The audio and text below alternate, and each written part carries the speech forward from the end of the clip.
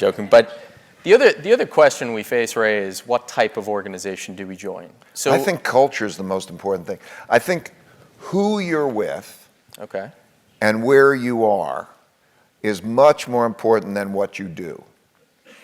So Ray, let me take you up on that. So let's assume you're in our shoes. You're about to go into the working world and you want to work in an idea meritocracy. Many in this room are going to join large organizations that have embedded hierarchies, cultures, and norms. So talk to us in a practical sense about how we can bring some of these ideas to the workplace. Well, you have the choice to work in wherever culture you want. The most important thing is, do you work in the culture? Now, you were raised here in your education and before to try to have the opportunity to make sense of things.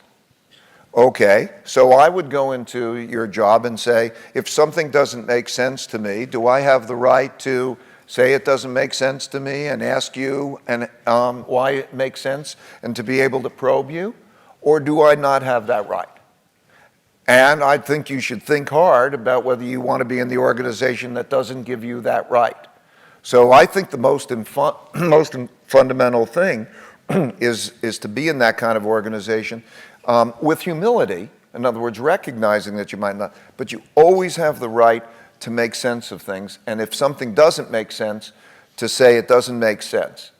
So I would say that that would be the most important thing for me if you're going to learn. Because otherwise you're going to be somebody schlep. You know, they're going to say, do these things, and you're just going to run and follow their instructions and so on. And you're not going to learn if you're following their instructions. Because you have to think for yourself, I think. And you've given us plenty of tools to do that, Ray.